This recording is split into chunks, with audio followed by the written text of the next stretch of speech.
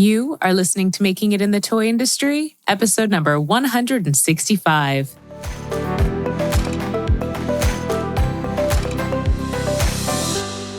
Hey there, toy people. Azhelle Wade here, and welcome back to another episode of the Toy Coach podcast, Making It in the Toy Industry. This is a weekly podcast brought to you by thetoycoach.com.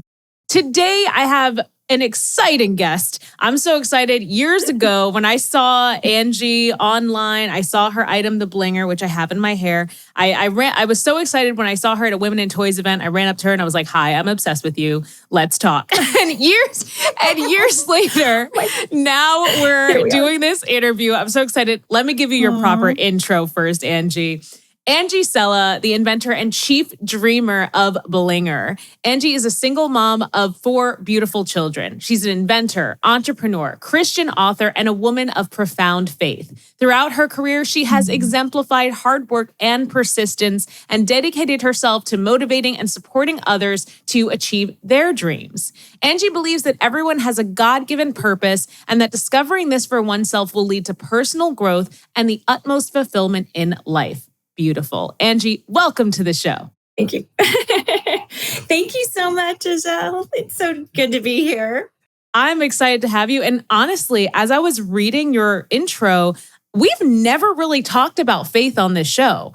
So I'm excited to dive into a toy inventor's story that centers around faith and determination and focus and all of that. And I grew up I'm going to like a Lutheran school. So I grew up with a whole lot of faith around me. So I don't know, this is important. I want to talk about this. Excited to dive in. And I would have prepared my notes a little differently. That's okay. I can go there with you. Let's let it flow. Let it I flow. love it. Let's do it. And Azhelle, was this at the Women in Toys award ceremony in New York where this happened? Yeah, or I came up to you and I was like, hey. I didn't realize I was meeting with you today. Like, you're amazing. I remember that whole conversation. That is so funny. Oh, because I was like, I digged up through your LinkedIn. And I remember the conversation, but the name, I met a lot of people that night. So that's amazing. I remember. I think I remember what you were wearing. I feel like you were in a red dress or something red. No, it was really sparkly, but the lighting was very like red. So it did reflect off of my champagne dress, and a lot of the pictures look very warm. Yes, like gold. I was thinking gold. It was gold. Red. Yeah. I remember that. Well, I remember you too, because you won an award that night and you were wearing like teal, right? Yes. Yeah. Yeah. Look at us with our good memories. I remember colors. Yeah, so, I know, right? Me too. Yeah. I'm curious, Angie, did you always know that you were going to or wanted to be part of the toy industry? No. Not. So tell me about what you thought you were going to do. Well, I'm a mom. I have 4 children, as you mentioned, and I had built a business with Arbonne. It was a network marketing business, and I loved it. It was able to sustain me through a pretty, tough divorce. And so I really thought, that was what I was going to do. My whole life was just work and build that business. And I still love that business. And it's an amazing business. It's a lot less expensive to get started than a blinger product business. But, I can imagine. So it's, more of an opportunity for everyone. But then I had a dream in 2014 about Blinger, or, I didn't know it was called that yet, but I had a dream about the product. And the next day I remembered the dream, which, you don't always do.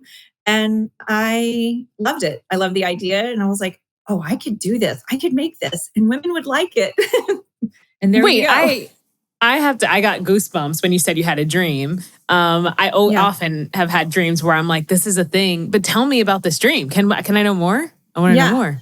Yeah, I think it's maybe even more interesting to you because since you brought this up a second ago, before my dream, I had been praying to God to use me for his purposes.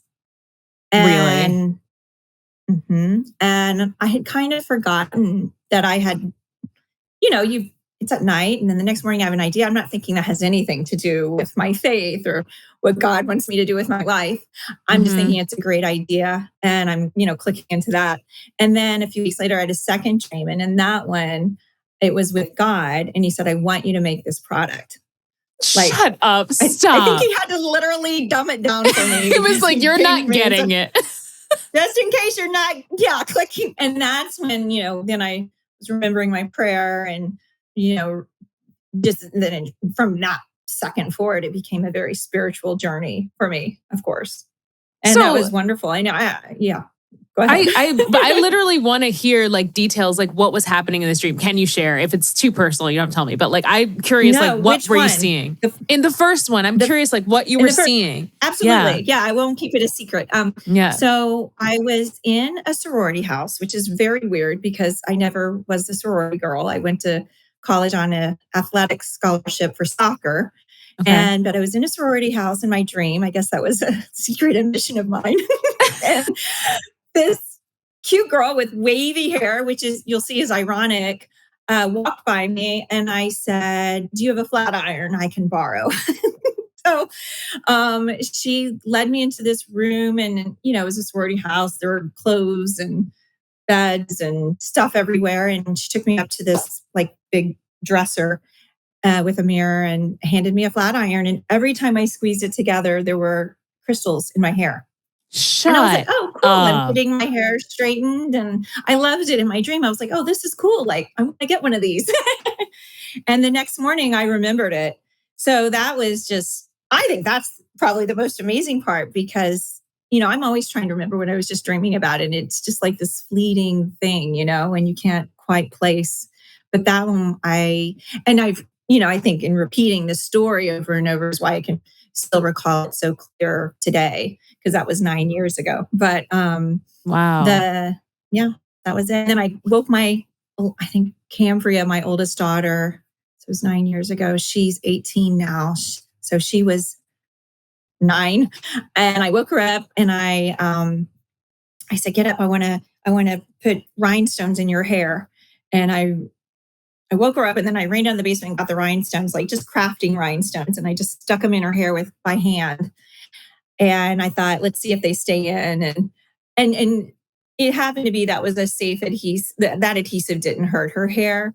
But, there were some, we in through all the years of testing and stuff with rhinestones, there's some adhesive you do not want to put in your hair. Just so you know, don't do that because I said that. But she went out and played, and then we went back upstairs to take them out, and I was picking them out. And I was like, hoping I wasn't going to hurt her. And she just picked up a brush and brushed them out. And I was like, "Oh, you're so brilliant!" And then eventually, just so you know, because I worry about the adhesive and kids sticking rhinestones in their hair. Our adhesive is an actual medical tape. It's safe for hair and skin. So that's the adhesive we use today. So it's that's important. So I was wondering when I was putting it in, I was like, what am I putting in my hair? Yeah, what is this? Yeah, and it's a pressure sensitive adhesive. So if it's dangling or if it's not, holding just right. Oh, and I didn't do my hair because I have it here. I was going to show you're going to do it live? Okay, we can do that later. Yeah. Let's do it live now, whatever you want. We'll do a live shot of that. Yeah. So, it's a safe adhesive. And that was the beginning. By the end of that day, I was so obsessed with the idea. I had actually taken apart a tagging gun like you would use to put for clothing. Yeah, okay. And I took it apart and I fed the the strip for whiteout, the little whiteout strip that you can get those where the whiteout strip for to white out. Yes. On paper. Yeah.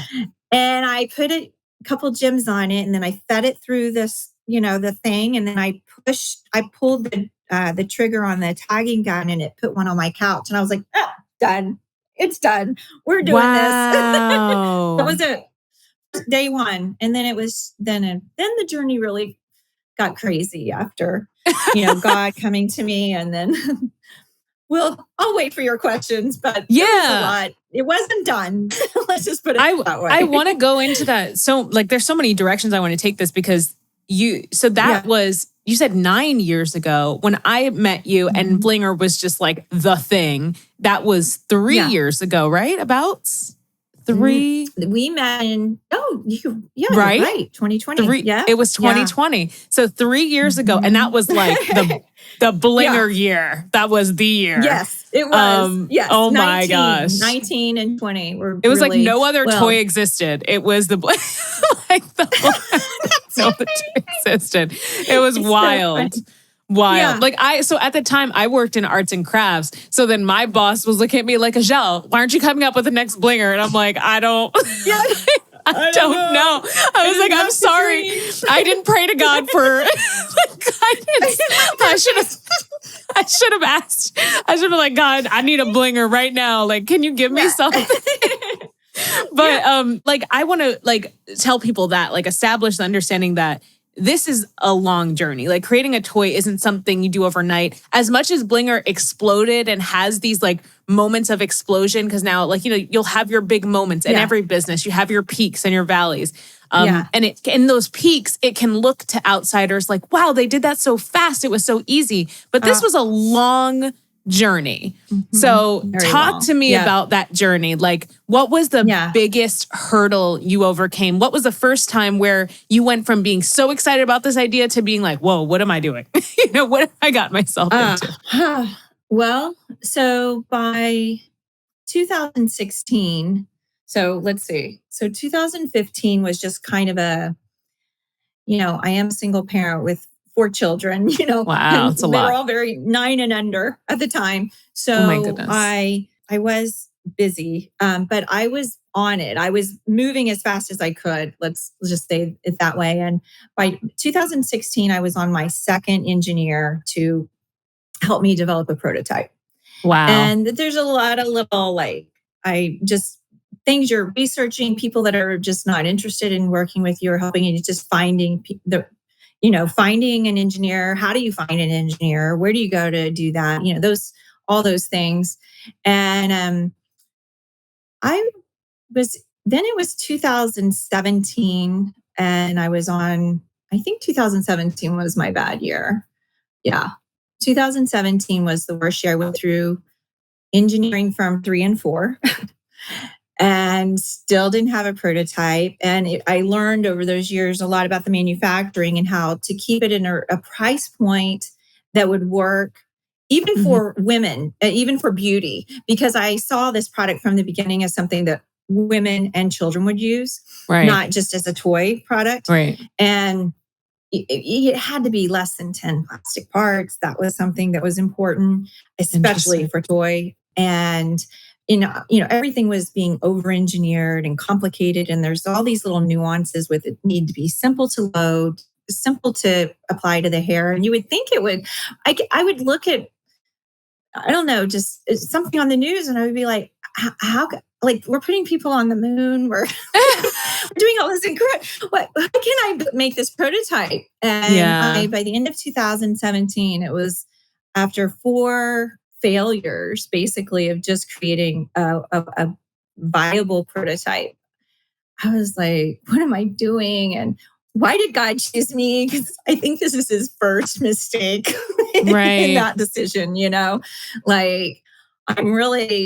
I don't know why he chose me. I was definitely feeling that. And, but when I did hit those moments, I have always remembered something from Arbonne that I gave myself a break. I gave myself 24 hours to curl up in a ball and cry. But it was just limited. I was like, okay, you can feel sorry for yourself and have your pity party and you got 24 hours, just go there. But then that's it. Move on. And that was helpful. And the other thing that was really helpful to keep me going was my relationship with the Lord, because he gave it to me. That I'm sure of. So, you know what? I've hit this wall. You're my partner. You're my partner with this. I'm going to give it right back to you. And I'm going to go do my other responsibility, which is being a mom. Right. And we'll talk next week. And I did that a couple of times. I gave it back to him. Oh, interesting. And then what would you get? Would you get back ideas or dreams, or how did it work out? I wish I had something really profound to say, but it would always tend to work out. And I have a stronger relationship with him now where I really can like kind of tune in, and I pick up on when I feel I hear him versus me. And that takes Interesting. time and maybe a Yeah. maturity. And so, but then, maybe I was hearing him and thinking it was me, but something would change.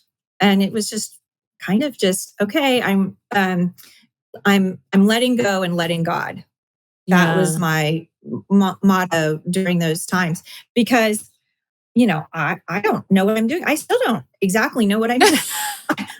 I don't even have to say exactly. I don't know what I'm doing. So I am Right. just figuring it out. And when I just keep doing the same thing. I just keep going back to him. And, I wanted, if I had prayed more on this, where this was going today, and I did actually. So it's interesting where this is going. Ugh. Um, I, there's something I really, it's like, why do these things happen for you, and how is this, because I myself, I'm like, wow, it's humbling to feel like God is really putting me in some positions that I'm not sure that I'm ready for or want to be in. And but I also know it's because I believe in my faith in him. And I had one of my employees, one of my partners, business partners, I'll say, she's one of my employees, but she was like, wow, these things always seem to happen to you. And the CEO, Liz, was like, it's because she believes. It's so Oh, that's funny. so But I love sweet. that, because that's kind of what it has been for me, that I know he loves me and he wants what's best for me. And wherever I am, whatever the outcome is, it's really not about me. It's about how he's using me for his purposes. And so, if the outcome is different, it helps me to get through those rough spots by having some knowing that this is part of the plan potentially. And I need to embrace it or take a step back and stop trying to control everything, which I Yeah. tend to do. Yeah, me So too. I don't even know how you maintain that level of faith in anything. Like, even if somebody's I don't listening, know they're how like, people don't maintain that level of faith. why do you say that? I just can't imagine that I would be sitting here talking to you if I didn't have that faith.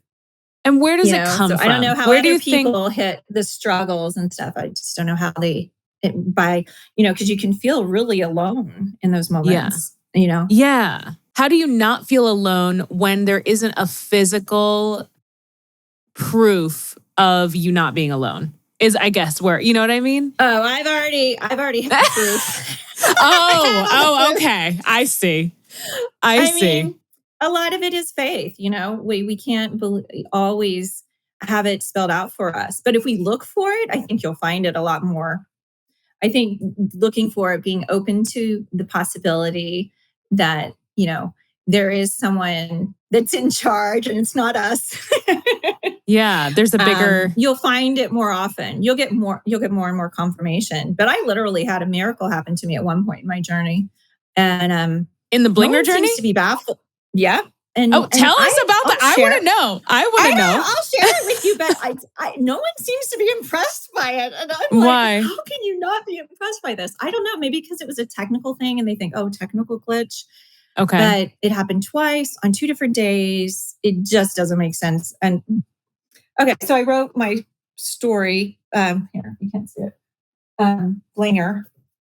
Okay. Um, Oh, yeah. You're and I right. wrote the journey. Yeah. And Right. I have another book because that was a lot about licensing, and it took me through February, into that book in February 2020. And so much has happened that is just profound and important. I wrote the book for entrepreneurs. I wrote the book for other entrepreneurs to maybe have a roadmap, but I ended up licensing the product, right, to Wicked Cool Toys Right. in 2019. And that was the right decision at the time. But now I'm jumping ahead. I'm sorry. Now I have the toy back. We just got it back last month. Oh, really? From Yep. And I have a team, which that was probably the most terrifying thing I ever did, was hiring someone to actually work for me. Yeah. That was the biggest fear actually I faced in my whole journey, was actually being like in charge of other people. And I'm not, you know what I mean? But it was just the idea of that someone was gonna trust me, and I was gonna pay them, and they were gonna follow me. I don't know. I know. Like, I get it. That's a lot of a responsibility. I get it. You do? Yeah. Yeah, because I do that. I do the same thing. Yeah. Go ahead. Yeah, it's a little like, we just had 3 new people come on yesterday, and I almost had like an anxiety attack in my office. At one point, I like closed the door, and I was like, "Oh my God, what am I doing?" And you're doing amazing. Okay, go tell me. I want to know about this miracle. Okay, the miracle. So I was working on my book because I felt like my stepmom actually said to me one time, I think the world needs this book to hear this story, to hear about my faith and what kept me going, blah, blah, blah. So I wanted to write the book. I got a publisher. That was a total amazing thing, because who gets a publisher before they've written anything? Right. And he was with Rosetta Books, and which was connected to the big publishing house, Simon and Schuster. So that was pretty incredible. And he was waiting on me to get him a manuscript. And I remember I had a weekend where I didn't have my 4 kids. They were all at different places for whatever reason. And I was like, I'm going to write my book this weekend, which is funny if you've never written a book. In one weekend? Oh my gosh. I'm like, I have no concept of the time at this point, the time necessary to do a book. And so I'm like, I'm going to get it all out. But it was all in my head. I had notes. It wasn't like I was going to do everything, but I was going to get it all laid out and everything. And I'm on my second Netflix movie, staring at the book is not going well. Bible and my laptop. Oh my gosh! So, my phone all of a sudden, it was playing a podcast, but I didn't know that. It was basically just started talking. My phone's talking. Some guy on my phone is talking, but it turned out to be a podcast, and I was like, great. Just when I was going to start writing my book, I have to go to the Apple store now and get a new phone. Of course, that was supposed to be a joke. That's what you're buying. Okay. Yeah, of course. I'm like, no, I'm getting an excuse. Oh my gosh. I didn't get my book written this weekend. My gosh. My phone broke. So it's playing.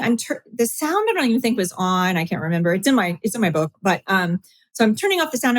I'm closing all the windows. I'm turning it upside down. Like, what's wrong with this thing?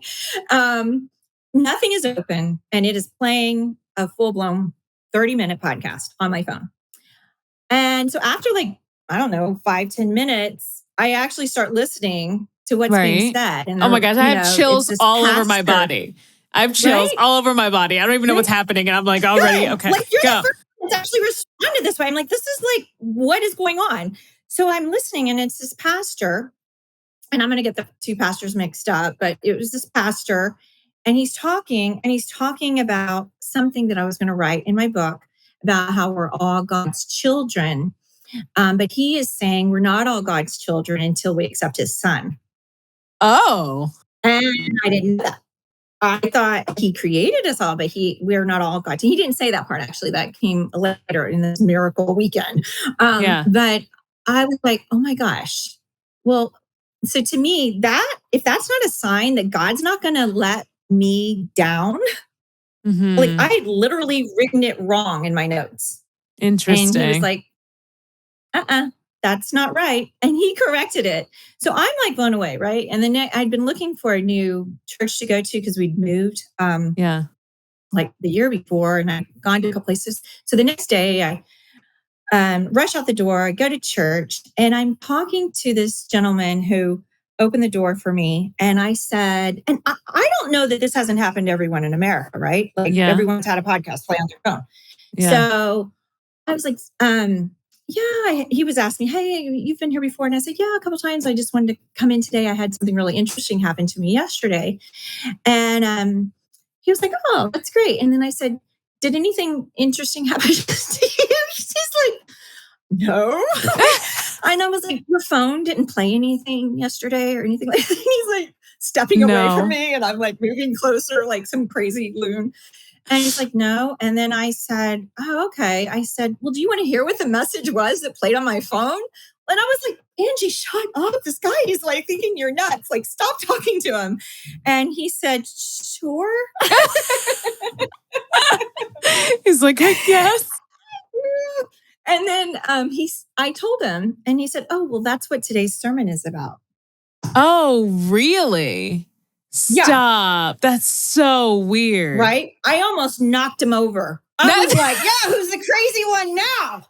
That's so weird that you were even compelled to say that to him too. Right. To talk about it. So, that is weird.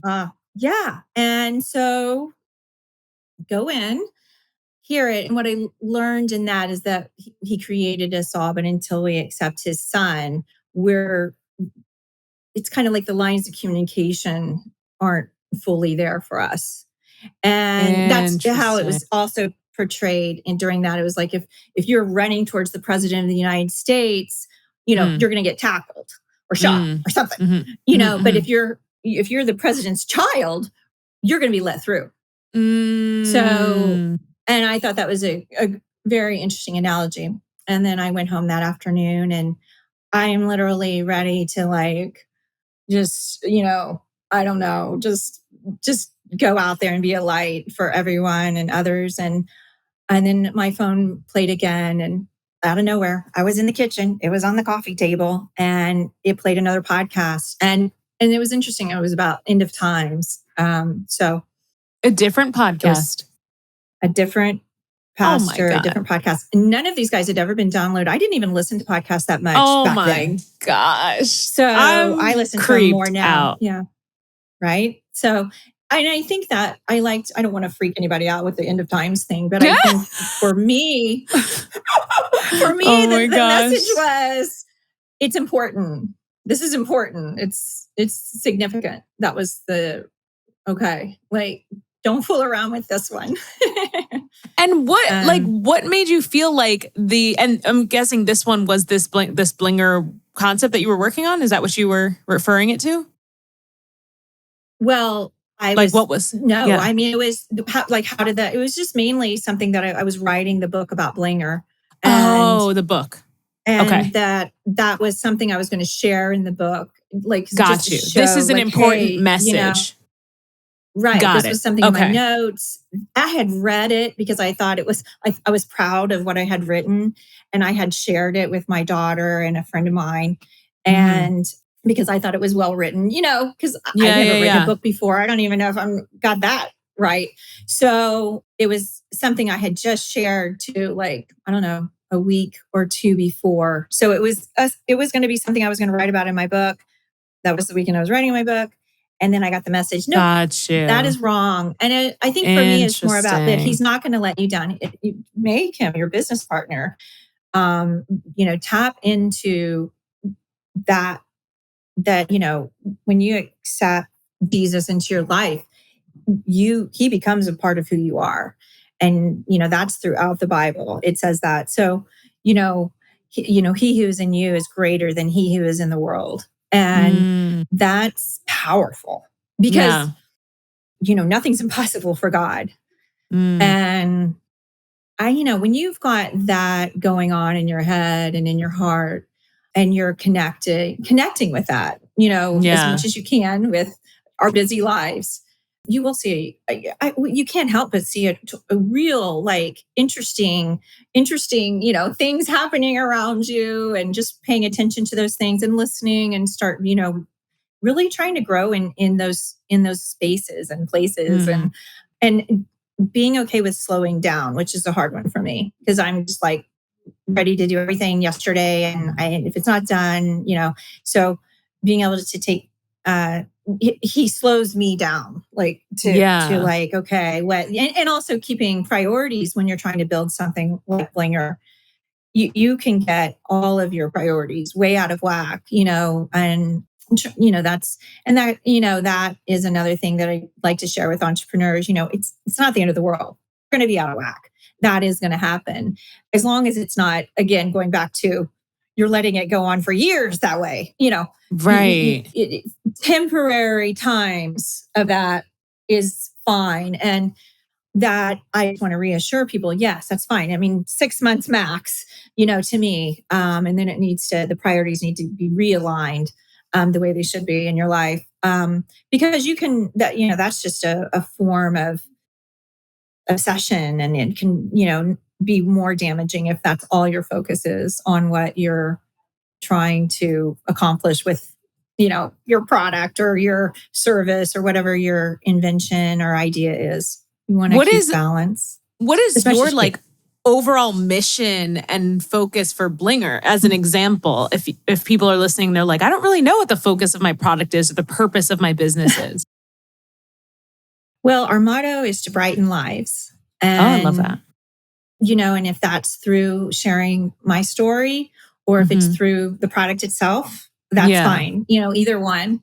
And, I was talking to this amazing friend of mine, Beth Copeland. She's in Georgia. And I said, I'm writing my next book because I need to, because now I'm actually fulfilling product. It's not being fulfilled for me by some toy company. I'm the toy company now. Right. And we did it. We've already done 2 packages here. And love it.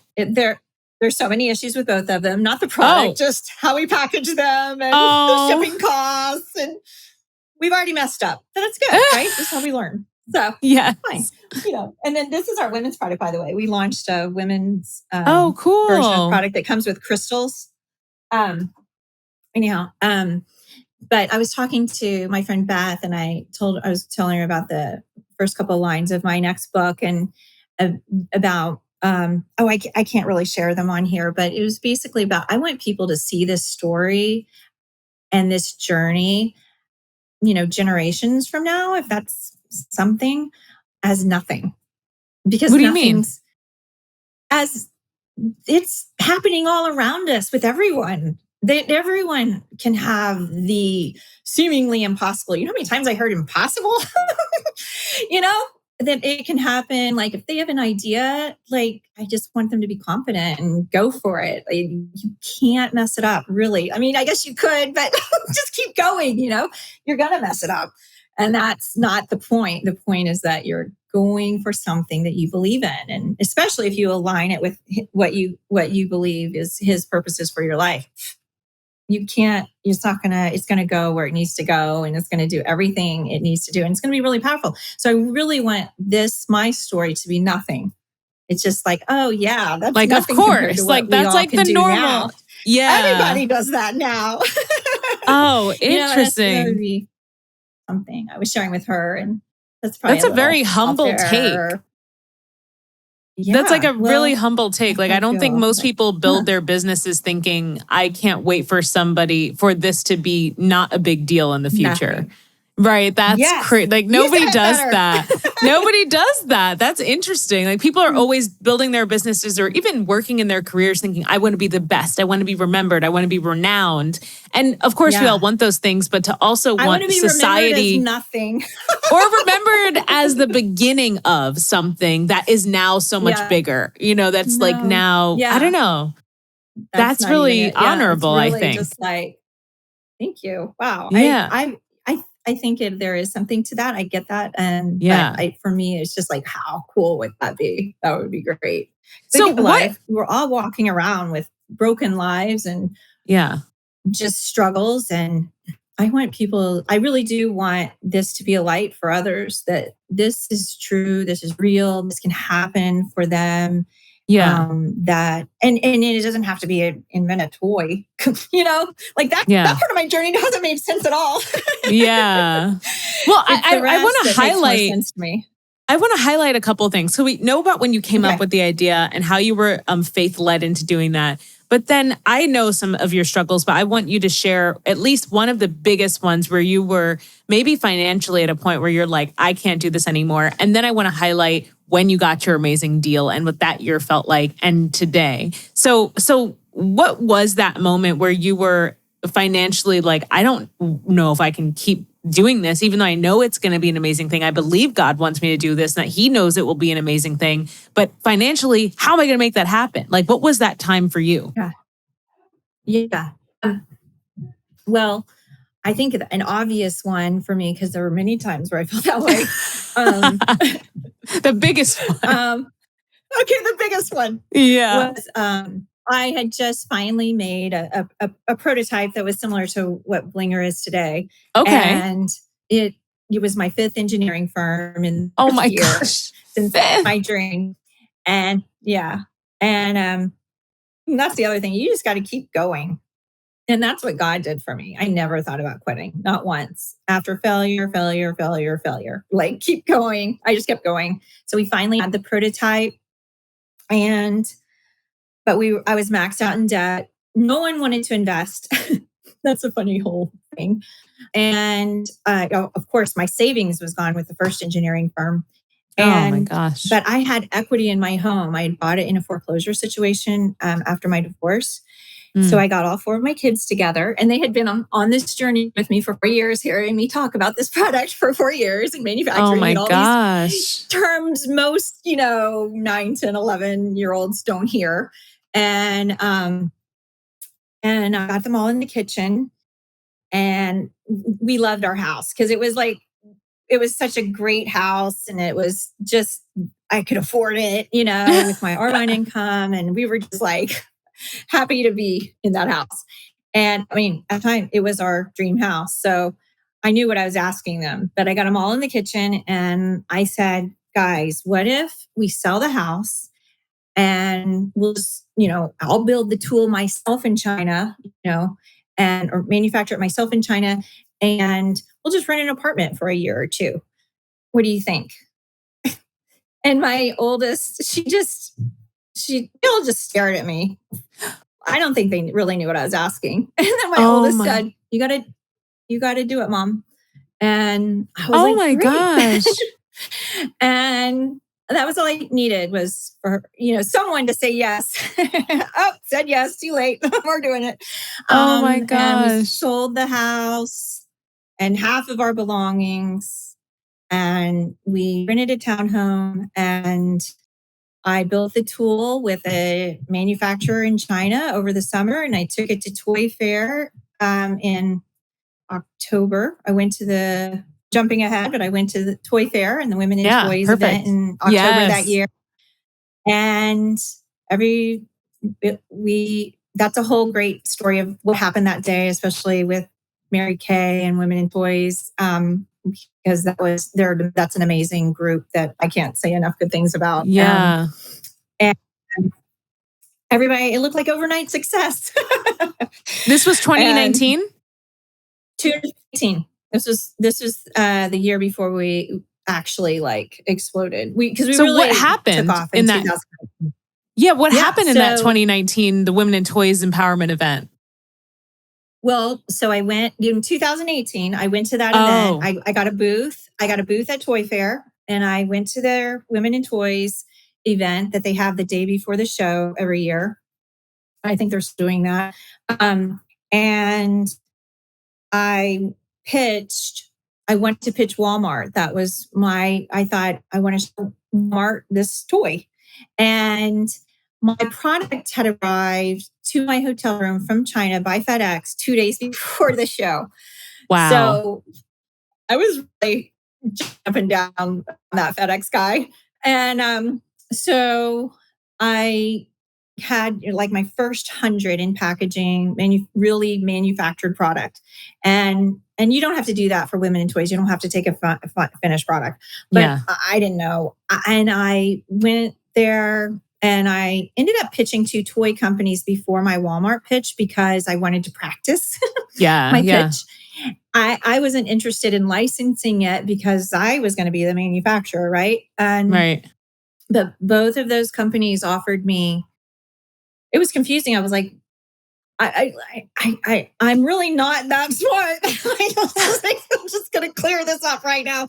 I was like, what are they talking about? Why are they offering me this? And then I was like, I don't even know why I'm just practicing, in my mind. I'm like, oh my gosh. By the second one, I was kind of picking up on, okay, you've got something they want, and I'm getting that. But, I didn't want to hurt their feelings and say, well, I'm not going to license it, because like, why would I have scheduled the appointment? So I kind of felt like deceitful. Yeah, yeah. And, so, but I listened to them. And of course, I fell in love with Michael Rinsler and Jeremy Padower. They're Yeah. The just best. great guys that I actually ended up licensing it to. But then I pitched Walmart, and they liked it, and they were going to come by my booth. So I considered that a win, because Walmart's going to keep it kind of close to the vest. And so I didn't expect them to give me a purchase order or anything, Yeah. but it was just that they would come by my booth later to see more about it. I thought that was a win right there. And then that night, Mary Kay came up to me, and this is what actually put me, in my opinion, on the map of the toy floor, was what she did. She came up to me and she said, "Would you bling my hair?" And Are you I had, of course, serious? I had bling in Oh. my hair, and then I had packages of bling that were in packaging, but I was like, sure. And so I was blinging her hair, and I saw these two women watching me bling her hair. And I didn't want to be rude, but I didn't want to be like full of myself or something. And so I was like, I'll just ask them if they want it. And so I said, "Would you like your hair blinged?" And 2 words. This was when the moment that I knew I had something people wanted, or at least women would like. The response was, "Would you?" And I was Oh. like, for me, "Would you?" was like, okay, this Oh. is big. Because, Wow. we're so like, "No, it's okay. No, thank you. It's okay. Thank you anyway." Even when we Yeah. want something, Yeah. and maybe not so much anymore, but that's kind of the No, mindset that I I grew up agree. with. Yeah. Yeah. Or like we're Yeah. carrying in all the groceries. "No, I don't need any help. Yeah, It's okay." yeah. On the I couch. got it. Yeah. And yeah. And so when they said, "Would you?" I was like, yes, I would. Yeah, I'll And come bling your hair right then now. yes, yes. And I'm like tearing open my packages that are supposed to be my booth the next day. And I'm like blinging. And I ended up blinging like 30 women's hair Are that you night. serious? So then everybody was just Yeah. walking advertisements for your product. Yeah. Yeah. They were just all, yeah. And then, other people be like, "What's that in your hair? Where did that come from? And how'd you do that?" And they were like, "That blinger Wow. lady, So when I came downstairs for their cocktail reception that night, all these people were like pointing at me when I came around the corner. Wow. I was like, who came in? Who was they pointing at? And then it was like, "I need to talk to you." And "Excuse me, I need to talk to you." And I was like, oh my Are you gosh. This is serious? it was crazy. It was like exciting, but it was also a little scary. Like, oh. And no, it was exciting though. Wow. But it did look like overnight success then, because then the next day it Right. was kind of that same kind of like Energy. frenzy or something, and energy. It was really cool. It was So neat. anyone that It wants was to learn great. about It was a this, great ending to all the, all the anyone that work and the wants to years. learn about this event, Women in Toys, episode 99 of this podcast, thetoycoach.com/99 is where I talk about that event. Yeah, it's a great event. But I hadn't heard your WIT Empowerment Day story, so I love hearing it. And the importance of having merch people actually want to wear, or a product that can change people visually, that made everything. Yeah. Yeah. It was incredible. And I was just like, it was just amazing. There's so many cool things that happened You that week. disrupted Yeah. a corporate event that's like everyone's like, all right, like blah, we're corporate Yeah. event, and you Let just me made see it your face. fun. And they couldn't believe I manufactured it. That was a big thing. Yeah. It's literally not necessary. I really want to stress that point, because I mean, you got to be a little careful with manufacturing with China. I love China. I've had great relationships there, and but just you got to make that timing right for your company. But so it's not necessary. I could have gone there with my prototype, and it could have not sold the house.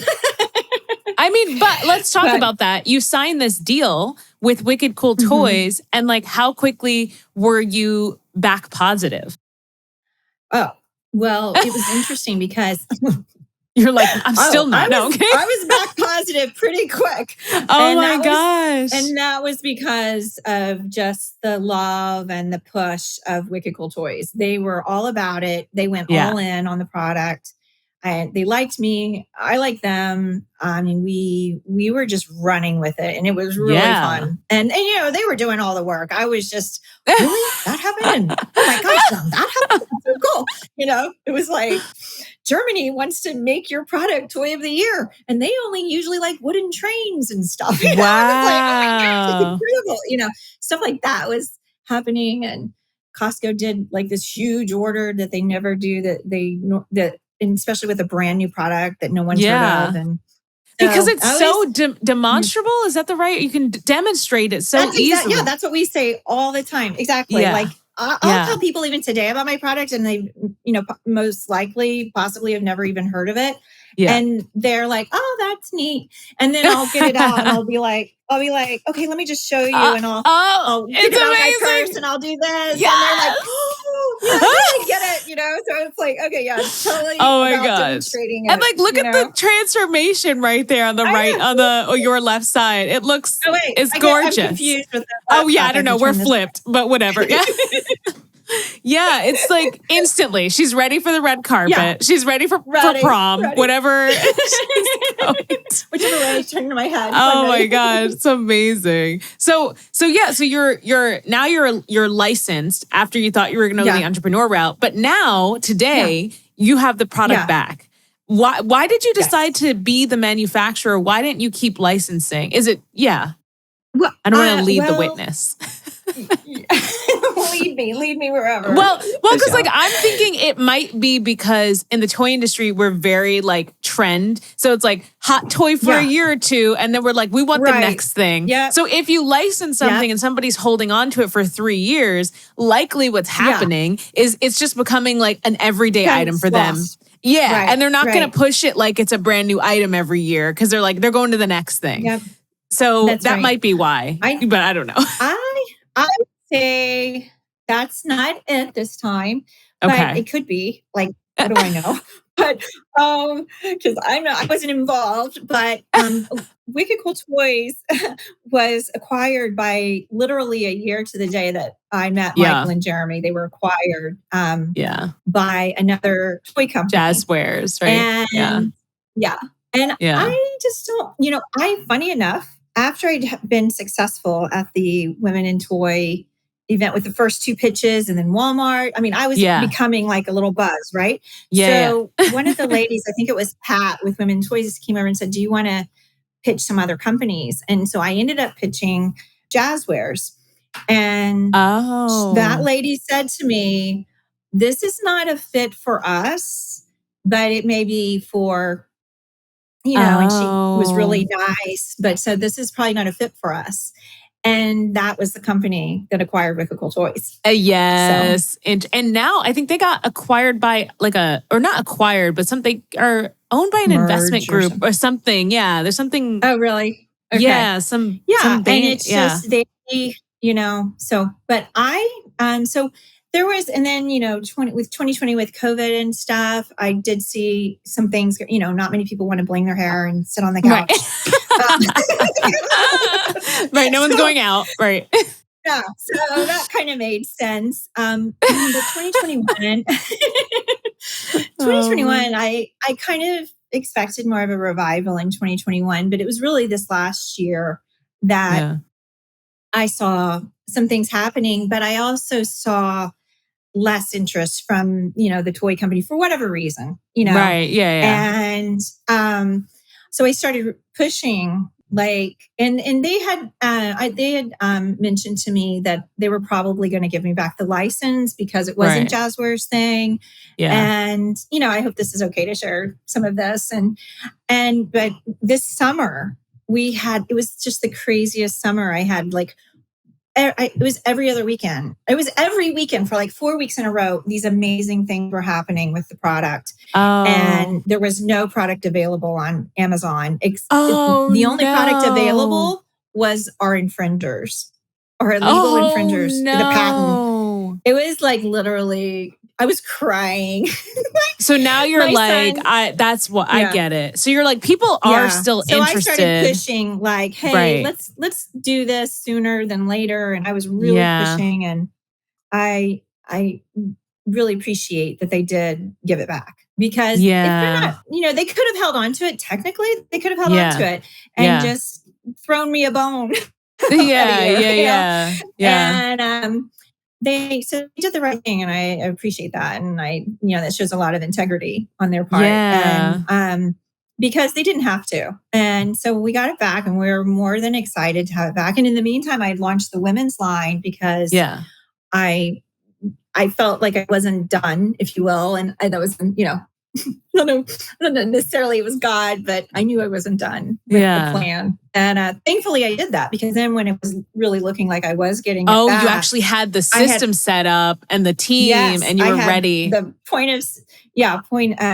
the SOPs and the people, Yes. and getting the right people was kind of like the whole getting the right engineering firm. You kind of got to find the right people.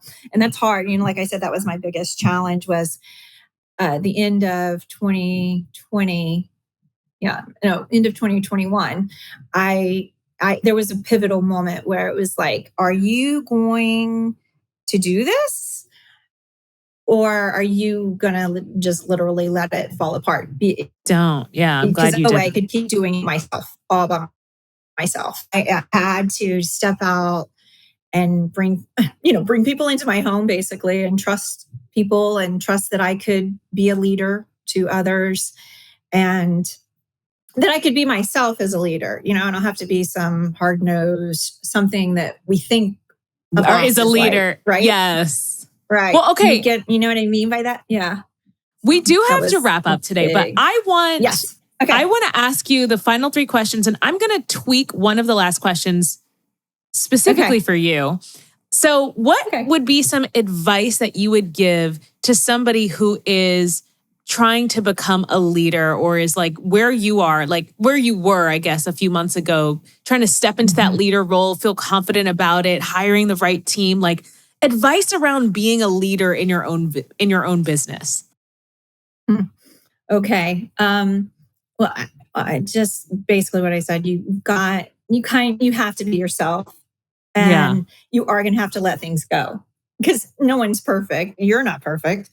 And I think communication is king here. We communicate and communicate and communicate, and we still have miscommunication.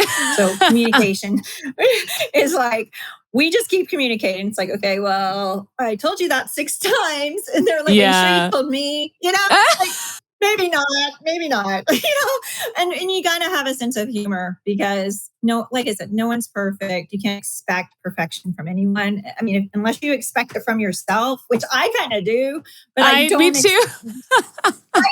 I'm the same. Okay, but I can't expect that from other people, because it's just not realistic. And when you get the right people, you'll know, because you don't really have to tell them much what to do. They know what to do, and they're working, and you see the momentum and the change in that. When you've got the wrong people, I'd say you'll feel that. You'll see that. You'll be like, it's just not clicking, and that's okay. Just keep going. The right people will come if you just keep doing the next right thing. We've heard that before. Just do the next right thing, the next right thing for your business, and maybe you are going to still be kind of the only one moving it forward. That's my advice for that. And just be yourself and communicate a lot. For entrepreneurs listening, how did you know when it was time to go from like contractors to hiring full-time employees? When you're drowning and you've already been working 24/7 and your kids are like starving. How do you know? Oh my God, that's hilarious. All right. I got some students and clients who don't need. When was the last time you bathed? Those kinds of questions start happening. You hire someone. You need help. Okay. I've got some people, they don't need to hire yet. I've got some students and clients, they don't need it yet. They're still bathing, so not yet. Okay, good. Maybe just contractors for now. Oh my gosh, that's great advice. Okay. And My sometimes final. we need 20 people and we only need like 3. That Or was like, something like that was 3 helpful really for good Blinger. people, right? Like you might think 20 people to do individual tasks when actually I just need You're right. like 3 really good people that can. 2 or 3 really good people. And So So my final and favorite question is this. What toy blew your mind as a kid? Oh, I was like, oh, I don't know that. Well, I played with Barbie my whole childhood. Like I love Barbie and acting that out. But I think the toy that I just loved the most, and it didn't necessarily blow my mind, was this little stuffed gorilla. He was like this big and he was cream colored and he was my buddy. I slept with him every night and that was my favorite toy. So just a stuffed gorilla. Just a stuffed gorilla. Nothing crazy. That's really sweet. Angie, it was a pleasure talking to you and getting to know your story. You've inspired me. I had chills several times. I gotta so me good. Too, by the way, you did. I was like, wow, this is a real story. Yeah. This is beautiful. Thank you for the blinger that you sent, the bling that your team sent over. I feel beautiful. You're so cute. I can't believe it's you. I can't believe this whole time we've been trying to arrange this. Oh my gosh. You. Oh yeah. I didn't. My husband. I remember you were like, we will talk again. And I was like, okay, let's do it. I was such a weird. Yes. You were just so passionate. Happy and you're passionate. Yes. Yeah. Of course. I remember thinking I told my then boyfriend, now husband, I was like, I think she's afraid of me. I think I scared her away. I was like, I was really hyped. A lot. Yeah. That's awesome. I was so hyped. It takes a lot to scare me. You can't scare me. And when I told him I was interviewing you, he was like, oh my gosh, this is years in the making. I was like, yes. He was so excited. I know. It's incredible. Yeah. This is awesome. Great. This was awesome. Thank you so we have to talk so more, much. By the way. Yes, we will. I will reach out. Let's actually really talk too. We will. We will. I hope you have a great rest of your day, Angie. Azhelle. Good luck with your team. Too. Wishing you all the best. Thanks for the blinger. Thank you. The bling in the blinger. Okay. Azhelle. Yes, you're welcome. We love you. Bye. Thank you. Well, there you have it, toy people. My interview with Angie Sella, the founder and creator of Blinger. I hope that this interview inspired you to keep going on your dreams. Angie started her journey with Blinger 9 years ago, and it took about 3 to 4 years for it to really kick off when she attended the Women in Toys Empowerment Day. Now, that was an in-person event, and Angie was able to make a splash with her product because of the visual change it did to people's hair. And luckily, the people at the event were welcome to a playful product decorating their hair at the show. So if you want to learn more about Blinger, I want you to head over to Instagram, go to Blinger Kids, and on Facebook, you can check out Blinger Kids as well. You can also head over to blinger.com to learn more about Blinger, what's available for kids, what's available for adults. They've got the official gemstones version for women as well. And again, Angie, if you're listening to the recording version of this episode, I just want to give you a huge thanks for being my guest today. It was a great conversation. I loved that we got to dive into faith, which is something that we have not touched on upon this podcast. And I have to say, during the hard times of being an entrepreneur, having a strong faith is definitely something that can keep you going. So thank you for bringing up that topic today. Now, if you love this podcast and you haven't already left a review, what are you waiting for? Your reviews mean so much to me. I get a notification on my phone every time a new one comes up, and it keeps me coming back week after week to provide toy industry tips through solo episodes and interview episodes like this one. As always, thank you so much for being with me here today. I know there are a ton of podcasts out there, so it truly means the world to me that you tune into this one. Until next week, I'll see you later, toy people. Thanks for listening to Making It in the Toy Industry podcast with Azhelle Wade. Head over to thetoycoach.com for more information, tips, and advice.